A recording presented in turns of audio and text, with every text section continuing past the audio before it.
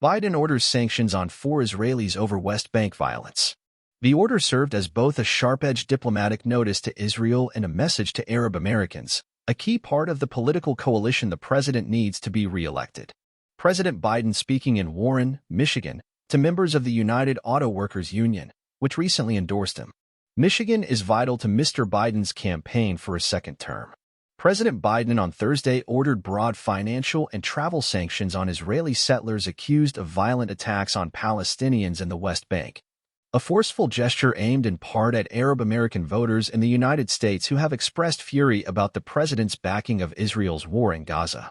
Mr. Biden authorized the sanctions with an executive order that goes further than a directive issued in December by the State Department, which imposed visa bans on dozens of Israeli settlers who have committed acts of violence in the West Bank. The sanctions will initially be imposed on 4 Israelis, who will be cut off from the U.S. financial system and from accessing any American assets or property.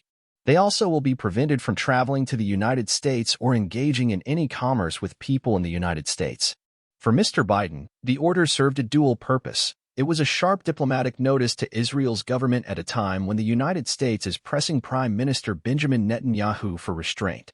But it also sent a message to Arab Americans, a key part of the political coalition he needs to be re-elected, that he is serious about using the power of the United States on behalf of the Palestinians. The executive order comes after years of American frustration with Israeli settlers, whom they view as a source of violence and instability and a threat to a two-state solution between Israel and the Palestinians. And it comes as Mr. Biden faces growing criticism over U.S. support for Israel's war in Gaza, including from members of his own party.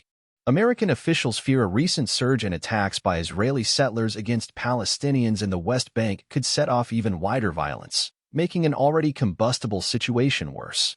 This violence poses a grave threat to peace, security, and stability in the West Bank, Israel, and the Middle East region, and threatens the national security and foreign policy interests of the United States, said Jake Sullivan, the president's national security advisor.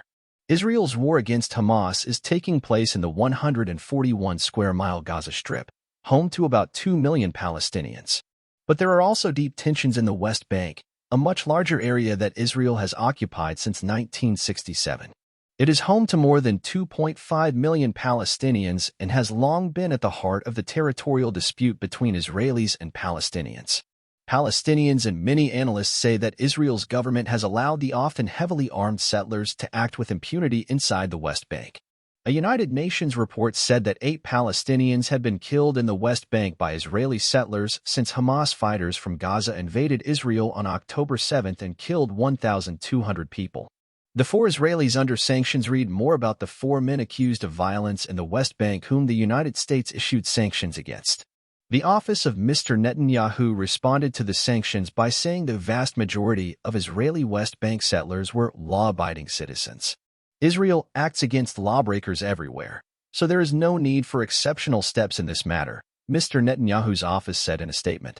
The White House announced the sanctions just hours before Mr. Biden held a campaign event in Michigan, a critical battleground state that has a large Arab American population and has been the site of numerous protests over the war in Gaza.